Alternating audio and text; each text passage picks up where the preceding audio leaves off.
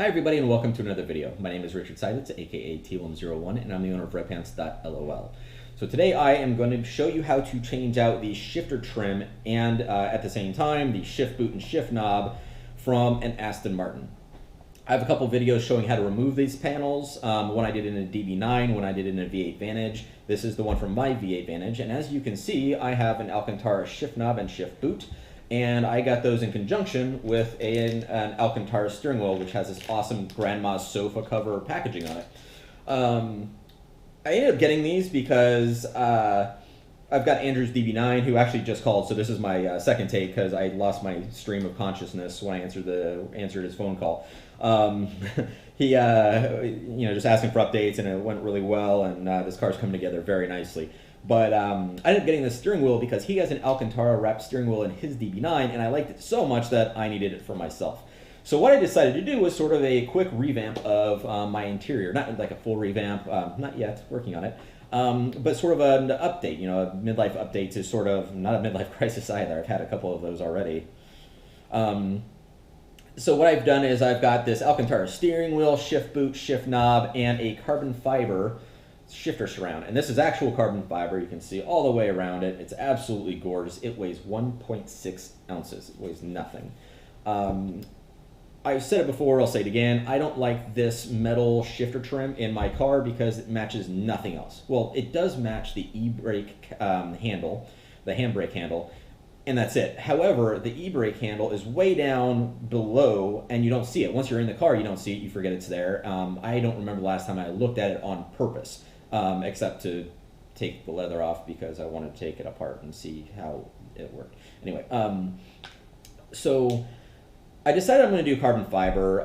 I've focused a lot on weight savings. I've dropped over 130 pounds out of my car, and the neat thing about weight savings is that they add up to benefit every single part of your driving experience. Your acceleration, your braking, your handling, everything is improved by weight loss.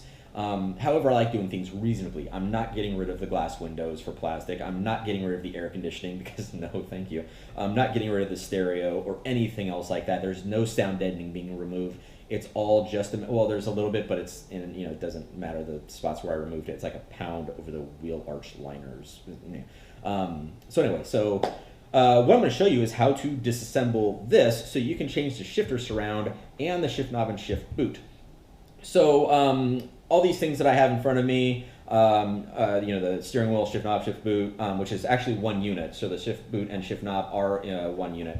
And the shifter surround and a bunch of other stuff are on my website. All the videos that I do are funded by the sales through my website. I don't do YouTube advertising or anything like that, so unless you go to my actual website and buy something, that's what supports these videos. So I appreciate all the support. You guys have been amazing so far, and these videos are going to keep coming. So let's go ahead and get started. Once you've taken this out, you'll see that you have the shift knob is just sort of free-floating, connected to the surround by the shift boot.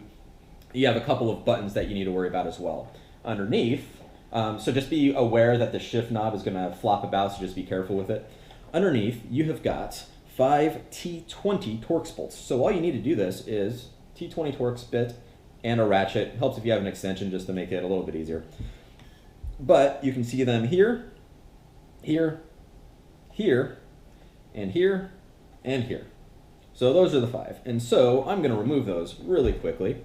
When you do the 2 that are underneath the switches, there's only one bolt keeping those in place, and then you have, let's see if I can do this without making a mess.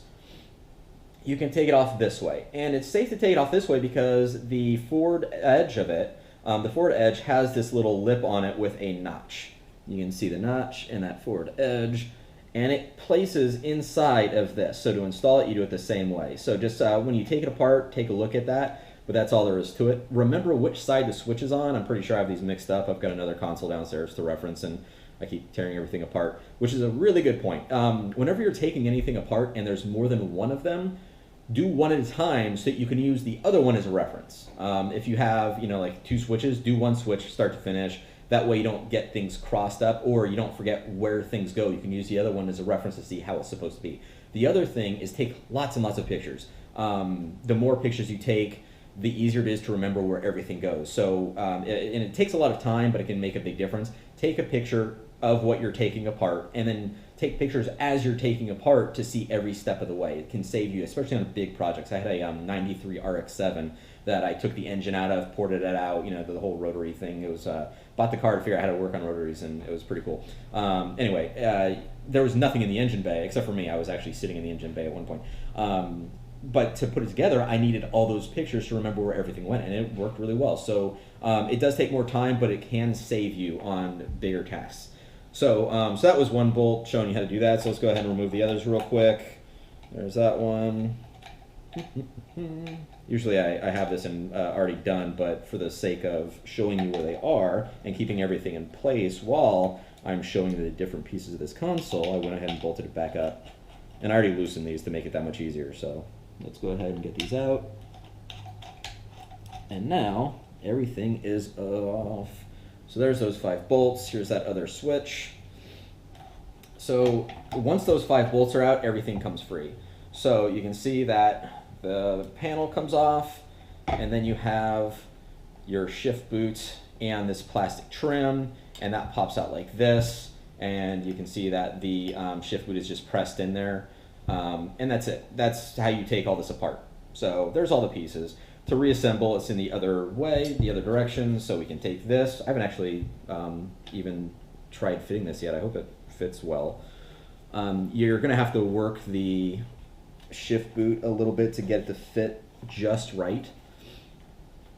But it's not too bad. There it goes. Snap that into place.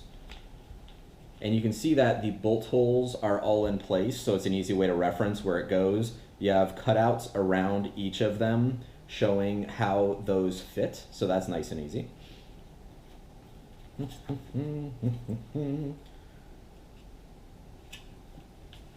And getting the leather to work with you can be a little annoying, but it's all pressure fit, so go ahead and get my fingers out of there. It's also early in the morning and I'm doped up on Dayquil, so this should be interesting. I think this is the first time I've actually like assembled something on a video. We should have some background music montage maybe. It's the final countdown. And I'm only going to do a couple of these just to get it mounted up and show the end results.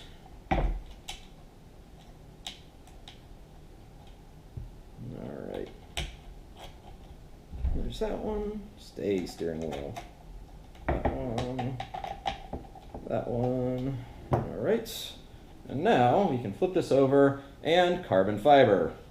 So there it is. Obviously I haven't put the switches in yet. They go right here. But there it is. Nice and easy. Takes only a few minutes.